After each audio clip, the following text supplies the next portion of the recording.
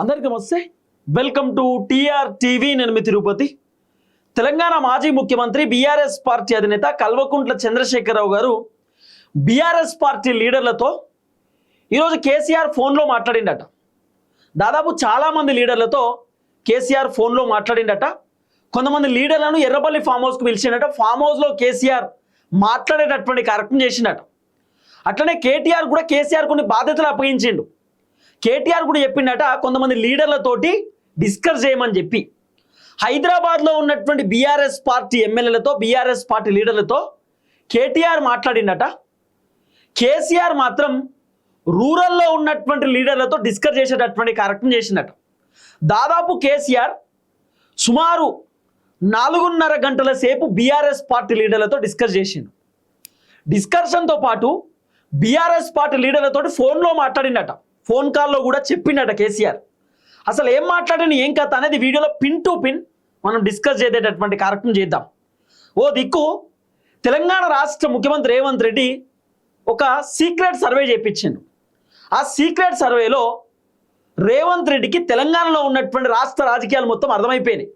ఇప్పటికిప్పుడు తెలంగాణలో ఎన్నికలు వస్తే కాంగ్రెస్ పార్టీకి 40 నుండి 42 సీట్లు వచ్చేటటువంటి అవకాశం ఉందనేది రేవంత్ రెడ్డికి అర్థమైపోయింది. ఇంకా బీఆర్ఎస్ పార్టీకి 64 నుండి 65 సీట్లు వచ్చేటటువంటి పరిస్థితి ఉంది. బీఆర్ఎస్ మళ్ళీ అధికారంలోకి వచ్చేటటువంటి సిచ్యువేషన్స్ ఉన్నాయి అనేది రేవంత్ రెడ్డి చేయించినటువంటి సీక్రెట్ సర్వే గురించి రేవంత్ రెడ్డి మొత్తం సీన్ అంతా అర్థమైపోయింది. ఇక రేవంత్ రెడ్డి అలర్ట్ అయిపోయిండు. రేవంత్ రెడ్డి ఏం చెప్తున్నాడు, ఎక్కడెక్కడ ఓడిపోయేటటువంటి అవకాశాలు ఉన్నాయి అని చెప్పి రేవంత్ రెడ్డి తెలుసుకొని అక్కడ రేవంత్ రెడ్డి భారీ బహిరంగ సభలు పెడదామనేటటువంటి ఆలోచనలో ఉన్నాడు.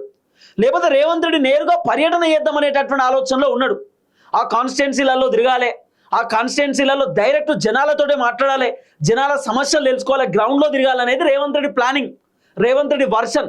ఇప్పుడు కేటీఆర్ కంటే ముందే మనమే గ్రౌండ్లో తిరిగితే బాగుంటుంది. ఇప్పుడు కేటీఆర్ ఏమో పాదయాత్ర చేయాలని అనుకుంటున్నాడు. సో రేవంత్ రెడ్డి పాదయాత్ర కంటే ముందే గ్రౌండ్లో తిరిగితే బాగుంటుంది అనేటటువంటి ఆలోచనతో రేవంత్ రెడ్డి ప్లానింగ్ చేస్తున్నాడు. ఈ ప్లానింగ్ అంతా కూడా కేసీఆర్ గమనిస్తున్నాడు. మనమేమో కేసీఆర్ రాజకీయాలకు దూరం అయిపోయాడు, కేసీఆర్ సైలెన్స్ ఉంటున్నాడు, కేసీఆర్ ఎర్రపల్లి ఫామ్ హౌస్కే పరిమితం అయిపోయాడు అని చెప్పి మనం అనుకుంటున్నాం. కానీ కేసీఆర్ బీఆర్ఎస్ పార్టీ లీడర్లతో రెగ్యులర్గా మాట్లాడుతున్నాడు. ఇప్పుడు అంతేందుకు ఈరోజు జగిత్యాల కాంగ్రెస్ పార్టీకి సంబంధించిన సీనియర్ లీడర్ కానీ ఇప్పుడు బీఆర్ఎస్ ఉన్నాడు కదా, జగిత్యాల సీనియర్ లీడరు జీవన్ రెడ్డితో కేసీఆర్ ఫోన్ మాట్లాడిండట. జీవన్ రెడ్డి కూడా కేసీఆర్ చెప్పిండట, మీరే మళ్ళీ అక్కడ అధికారంలోకి వస్తారు అంటే జగిత్యాల్లో ఎమ్మెల్యేగా గెలవబోతున్నారు, మీ మంచి అవకాశం ఉంది, బలంగా పనిచేయమని చెప్పి కేసీఆర్ జీవన్ రెడ్డితో చెప్పినట్టు. ఇంకొంతమంది బీఆర్ఎస్ పార్టీ కీలకమైనటువంటి లీడర్లకు కేసీఆర్ ఫోన్ చేసి కొంతమందికి వార్నింగ్ ఇచ్చినట, కొంతమందికి ఫోన్ చేసి మీరు గెలవబోతున్నారు, ఇంకా బలంగా పనిచేయమని కూడా కేసీఆర్ చెప్పిండట. కొంతమంది లీడర్లకైతే కేసీఆర్ ఫోన్ చేసి మీ పైన వ్యతిరేకత ఉంది, ఇట్లనే వ్యతిరేకత కంటిన్యూ అయితే రాబోతున్నటువంటి ఎన్నికలలో టికెట్ రాకపోవచ్చు, ఎవరైతే బలంగా పనిచేస్తారో ఎవరికైతే గెలుస్తారనేటటువంటి ఒపీనియన్ ఉంటుందో, మాకెవరి మీద అయితే నమ్మకం కలుగుతుందో వాళ్ళకే టికెట్లు ఇస్తాం, మిగతా వాళ్ళకి టికెట్లు ఏమని ఓపెన్గా కేసీఆర్ కొంతమంది లీడర్లకు ఫోన్లోనే చెప్పిండట. కాబట్టి ఇప్పుడు లీడర్లు మొత్తం కూడా గడబడవుతున్నది అంతా. నిజంగానే 2028 ఎన్నికలలో మాకు టికెట్లు ఇయ్యరా, ఏం జరగబోతుంది ఏం కథ అనేది అంత ఆగమాగం అవుతున్నారు. వాస్తవానికి చెప్పాలంటే కేసీఆర్ కూడా ఒక గ్రౌండ్ రియాలిటీ తెలుసుకున్నాడు. కేసీఆర్ కూడా ఒక సర్వే చేయించిండు. చాలా సర్వే రిపోర్ట్లు కేసీఆర్ దగ్గరికి వచ్చినాయి. రకరకాల ప్రైవేట్ సంస్థలు కొన్ని సర్వేలు సోషల్ మీడియాలో పెట్టారు, కొన్ని సర్వేలు సోషల్ మీడియాలో పెట్టలే. కేసీఆర్ 2-3 సర్వేలు చేయించినట. ఆ 2-3 సర్వే రిపోర్ట్లు తెరపైకి రాలే, కేసీఆర్కి ఇచ్చారు.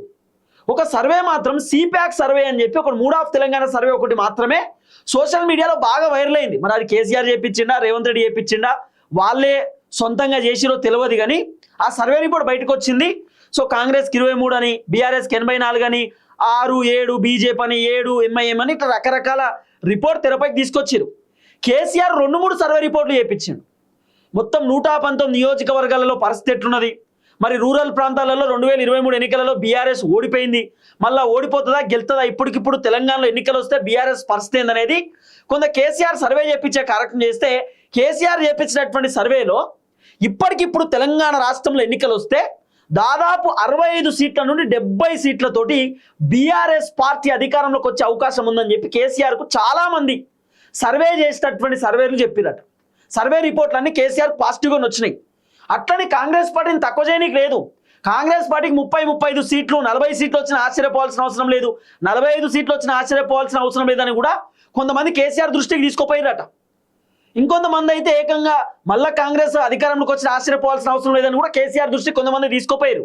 ఇంకా కేసీఆర్ అలర్ట్ అయిపోయి కేసీఆర్ బీఆర్ఎస్ పార్టీ లీడర్లతో దాదాపు ఈరోజు డిస్కస్ చేసిండు. కేటీఆర్ కూడా బీఆర్ఎస్ లీడర్తో డిస్కస్ చేసిండు. సో కేసీఆర్ మొత్తం చెప్పిండట బీఆర్ఎస్ పార్టీ లీడర్లకు ఓపెన్గా చెప్పిండట, ఇంకో నేను సర్వే చేయించిన, ఈ రిపోర్ట్ ఇట్లా, ఈ కథ ఇట్లా, మీ పైన వ్యతిరేకత ఉన్నది, ఈ వ్యతిరేకతను మీరు ఓడగొట్టుకోకపోతే మీకు ఇబ్బంది అవుతుంది, మీకు చాలా పాజిటివ్ ఉంది, ఇంకా పాజిటివ్ కావాలి, మీ పైన ఉన్నటువంటి ఈ పాజిటివిటీని ఇట్లనే కంటిన్యూ చేయండి, మీరు ఎక్కడ తేడా చేసినా కూడా రాబోతున్న ఎన్నికలలో మీకు చాలా ఇబ్బంది అవుతుంది, మీ ఇష్టం అని చెప్పి కేసీఆర్ ఆల్రెడీ చెప్పేసినట. కేసీఆర్ బీఆర్ఎస్ పార్టీ లీడర్లకు హింట్ ఇస్తున్నాడు, ఏమని తెలుసా? సర్వే చేపిస్తాం, సర్వే రిపోర్ట్ ఆధారంగానే టికెట్లు ఇస్తాం, ముఖాలు చూసి టికెట్లు ఇయ్యం, మీ పేర్లు చూసి టికెట్ ఇయ్యం, మీరు నాకు బాగా పరిచయం ఉన్న టికెట్లు ఇయ్యం, గెలుస్తారు, పక్కా నియోజకవర్గంలో మంచి పేరు ఉన్నది, గెలిచే అవకాశం ఉన్నది, జనాలు కూడా ఆయనకు టికెట్ ఇస్తేనే బాగుంటుందని అనుకుంటేనే టికెట్ ఇస్తాం, లేకపోతే ఇయ్యం అనేది కేసీఆర్ ఓపెన్గా అందరికి చెప్పేసిండు. ఇప్పుడు మొన్న బీఆర్ఎస్ పార్టీ ఆఫీస్లో కేసీఆర్ మీటింగ్ పెట్టినప్పుడు కూడా గిదే ముచ్చడి చెప్పిండు. తర్వాత కేసీఆర్ కొంతమంది లీడర్లతో ఎర్రబల్లి ఫామ్ హౌస్లో మాట్లాడినప్పుడు కూడా గదే ముచ్చడి చెప్పిండట. కేసీఆర్ ఫోన్లో మాట్లాడినప్పుడు గిదే ముచ్చడి చెప్పిండట. ఇంకోటి కేసీఆర్ వీళ్ళని అలర్ట్ చేసిండు, నియోజకవర్గాలలో పర్యటన చేయండి, నియోజకవర్గాలు తిరగండి, వానాకాలం వస్తుంది, వానాకాలం వస్తున్నప్పుడు పంటలు మొత్తం కూడా మొత్తం ఆగమాగం అవుతాయి, మొత్తం ఇప్పుడు వానాకాలం వస్తే ఏముంటుంది, పత్తి వేసినా కూడా పత్తి మొత్తం ఆగమైపోతాయి, తడిసిపోతుంది, మొత్తం చెట్లన్నీ కొట్టుకుపోతాయి. ఆ తర్వాత ఇప్పుడు మక్కలు వేస్తే మక్కలు ఆగం, ఏమైనా కూరగాయలు పెడితే కూరగాయలు మొత్తం ఆగం. ఏం చేస్తాయి, వానాకాలంలో వాన ఎక్కువ పడితే, బాగా వాన పడితే పంట అంతా చిన్నభిన్నం అయిపోతుంది, చిదిరిపోతుంది. సో మీరు గ్రౌండ్లో తిరగమని చెప్పి కేసీఆర్ చెప్పిండట. తర్వాత వాన బాగా పడితే హైదరాబాద్ నిండా మునుగుతుంది. కొన్ని లోతట్టు ప్రాంతాలు ఉంటాయి, అంటే కొన్ని ఇప్పుడు ప్రాజెక్టుల కింద కొన్ని ప్రాంతాలు ఉంటాయి, ఆ ప్రాజెక్టుల కింద రిజర్వాయర్ల కింద కొన్ని ప్రాంతాలు ఉంటాయి, అవన్నీ మునిగిపోతాయి, బాగా వరదలు వస్తాయి. సో అలాంటి ప్రాంతాలలో తిరగాలి మీరు. కాంగ్రెస్ ఎమ్మెల్యేల కంటే ముందు బీఆర్ఎస్ వాళ్ళే గ్రౌండ్లో ఉండాలి, అవసరం అనుకుంటే నిత్యావసర సరుకులు ఇవ్వండి, కావాలంటే పార్టీయే భరిస్తుంది పైసలని కూడా కేసీఆర్ చెప్పిండట. కేసీఆర్ బీఆర్ఎస్ పార్టీ లీడర్లకు ధైర్యం కూడా ఇచ్చిందట. మీరు చిన్న చిన్న పనులు చేయండి, నియోజకవర్గంలో సొంత పైసలు ఖర్చు పెట్టుకోండి అవసరం అనుకుంటే. అసలు కేసీఆర్ ఎంత పెద్ద ఆఫర్ ఇచ్చింది తెలుసా బీఆర్ఎస్ పార్టీ లీడర్లకు, సొంత పైసలు ఖర్చు పెట్టుకోండి, అవసరం అనుకుంటే బిల్లులు పెట్టుకోమని కూడా చెప్పిండట. ఎవరైనా చెప్తారా ఈ మాట? సొంత పైసలు ఖర్చు పెట్టండి ప్రజల కోసం, నిజాయితీగా ఎంత ఖర్చు పెట్టింది అనేది బిల్లు పెట్టుకోండి, పార్టీ మీకు పైసలు ఇస్తుంది అవసరం అనుకుంటే. కానీ జనాలకు ఏదో ఒకటి చేయమని కేసీఆర్ చెప్తున్నట. ఇంత మించి ఎవరైనా చెప్తారా?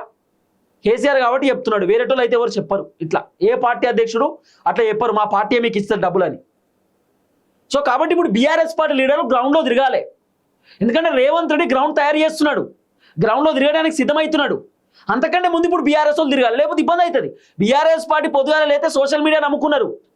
ఇప్పుడు బీఆర్ఎస్ పార్టీ ఎమ్మెల్యేలు, ఓడిపోయినటువంటి లీడర్లు కూడా మాకు సోషల్ మీడియా మస్తు గట్టిగా ఉన్నది, మేము వీడియోలు పెడితే 1,00,000 మంది చూస్తున్నారు, 2 లక్షల మంది చూస్తున్నారు అంటే ఇప్పుడు బాగా గుర్తుపెట్టుకోరు. నేను చెప్తా, కొంతమంది బీఆర్ఎస్ పార్టీ ఎమ్మెల్యేలు, ఓడిపోయినటువంటి లీడర్లు వాళ్ళ సోషల్ మీడియా ఇన్స్టాగ్రామ్లో 1,00,000 2 లక్షల మంది చూస్తే వీడియో మాకు మస్తు ఫాలోయింగ్ ఉంది అనుకుంటున్నారు. ఆ 1,00,000 మంది కేవలం ఈ నియోజకవర్గంలో ఉన్నటువంటి జనాలు చూస్తలేరు, ఎవరెవరో చూస్తారు. హైదరాబాద్లో ఉన్నోళ్ళు చూస్తారు, అమెరికాలో ఉన్నోడు చూస్తాడు, దుబాయ్లో ఉన్నోడు చూస్తాడు, కర్ణాటకలో ఉన్నోడు చూస్తాడు, ఆంధ్రాలో ఉన్నోడు కూడా చూస్తాడు. వీడియోలు రీల్స్ అందరికి వస్తాయి, అందరు లైక్ కొడతారు, ఫాలో కొడతారు. దాంట్లో పెద్ద కామన్ అది. మీ నియోజకవర్గంలో ఉన్నటువంటి జనాలు మిమ్మల్ని గుర్తించాల్సింది, మీ నియోజకవర్గంలో ఉన్నటువంటి జనాలు మిమ్మల్ని చూడాల్సింది, అందరు కాదు. మీరు గెలవాలంటే మీ కాన్స్టిట్యున్సీలో ఉన్న జనం మీకు ఓటేయాలి. అందరూ విజయవాడకి వెళ్ళి వచ్చి ఓటేయరు కదా, ఆంధ్ర ఓడు వచ్చి ఓటేయడు కదా. కాబట్టి మీ నియోజకవర్గంలో ఫోకస్ పెట్టరు. సోషల్ మీడియాను బంద్ చేయరు, కాస్త సోషల్ మీడియాతో వచ్చేది లేదు, పోయేది లేదు, బంద్ చేయరు. మీరు గ్రౌండ్ రియాలిటీలోకి రావాలి. ఎమ్మెల్యేలు ఇప్పుడు బీఆర్ఎస్ పార్టీ ఓడిపోయినటువంటి లీడర్లు అసలు ఎందుకు ఓడిపోయినావు అనేది ఒకసారి కనుక్కోర్రి, జనాలను అడుగుర్రి. మీ పైన ఏం వ్యతిరేకత ఉన్నది, వ్యతిరేకత ఎందుకు వచ్చింది, 2023లో ఎందుకు ఓడిపోయారు, రీజన్ ఏంది, ఎందుకు కాంగ్రెస్ వాడిని కోటేసారు, కాంగ్రెస్ వాడు ఎందుకు అధికారంలోకి వచ్చిన, ఏం కథ అనేది ఒక రియాలిటీ తెలుసుకుంటే మొత్తం మీకు సినిమా అర్థమవుతుంది. ఇప్పుడు రియాలిటీ కాసేపు మనం ఫ్యాక్ట్ మాట్లాడుకుందాం. అబ్బా 2023లో బీఆర్ఎస్ ఎందుకు ఓడిపోయింది? కేసీఆర్ పైన వ్యతిరేకత లేదు, కేటీఆర్ పైన లేదు, హరీష్ రావు పైన లేదు, మరి ఎవరి పైన ఉన్నది? ఎమ్మెల్యేల పైన ఉన్నది. దందాలు, సెటిల్మెంట్లు, ఇసుక దందా, ల్యాండ్ దందా, అమ్మాయిలను ఇబ్బంది పెట్టుడు, గిదే పని కొంతమంది ఎమ్మెల్యేలది. వ్యతిరేకత రాకపోతే ఏమవుతుంది? మహిళలను వేధిస్తున్నారు, ఇబ్బంది పెడుతున్నారు అని చెప్పి రకరకాలు. ఒక ఆయన నోట్ల కేక్ పెడతాడు, ఇంకొక ఆయన ఒక అమ్మాయిని ఇబ్బంది పెడతాడు, ఒక అమ్మాయి ఏకంగా ఢిల్లీకి పోతుంది, ఢిల్లీలో ధర్నా చేస్తుంది, శ్రోతప్పి కోల్పోతుంది. ఏంది అంటే ఘోరం, చాలా దారుణమైన పరిస్థితి ఉన్నది బీఆర్ఎస్ గవర్నమెంట్ ఉన్నప్పుడు. అందుకే ఇంత వ్యతిరేకత వచ్చింది. ఇప్పుడు కేసీఆర్ సెటరైడ్ చేస్తున్నాడు. కేసీఆర్ సర్వే చేయించాడు. ఆ సర్వే రిపోర్ట్ని డైరెక్ట్ ముఖం మీదనే చెప్తున్నాడు బీఆర్ఎస్ లీడర్లకు, నీ పైన బాగా వ్యతిరేకత ఉన్నది, ఈ వ్యతిరేకత పొడగొట్టుకుంటే టికెట్ ఇస్తా, లేకపోతే వేరే వాళ్ళకి ఇస్తా. ఓపెన్గా చెప్పెత్తున్నాడు కేసీఆర్. దీనిలో దాపరికం ఏం లేదు.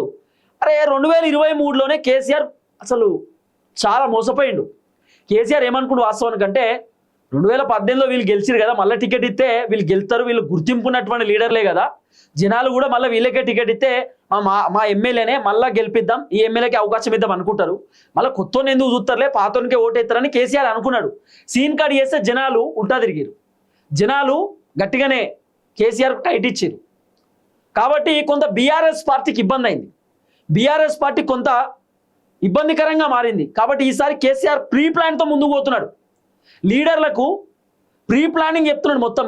రేవంత్ రెడ్డి పాదయాత్ర చేయబోతున్నాడు, రేవంత్ రెడ్డి ఏదో మీటింగ్లు పెట్టబోతున్నాడు, రేవంత్ రెడ్డి గ్రౌండ్లో తిరగబో, అందుకంటే ముందు మనమే ఉండాలి, మనమే తిరగాలి, ఊర్లలో తిరగండి, రేవంత్ రెడ్డి గురించి చెప్పండి, రేవంత్ రెడ్డి 6 గ్యారెంటీల గురించి చెప్పండి, ఆయన ప్రభుత్వం గురించి చెప్పండి అని కేసీఆర్ ఆల్రెడీ బీఆర్ఎస్ పార్టీ లీడర్లకు సలహాలు సూచనలు ఇస్తున్నాడు. ఇక కేసీఆర్ దెబ్బకు రేవంత్ రెడ్డి ఈసారి ఖతమయ్యే అవకాశాలే ఉన్నాయి. ఈసారి రేవంత్ రెడ్డి ఖతమయ్యే అవకాశాలు బలంగా కనబడుతున్నాయి. చూద్దాం ఏం జరగబోతుందో. కేసీఆర్ ఒక ప్రీ ప్లానింగ్తో ఉన్నాడు, లీడర్లకు ఓపెన్గా హెచ్చరికలు కూడా జారీ చేస్తున్నాడు. చూద్దాం ఏం జరగబోతుందో. దయచేసి వీడియో అందరికి షేర్ చేయండి. అందరికీ నమస్తే, థ్యాంక్ యూ సో మచ్. జై తెలంగాణ.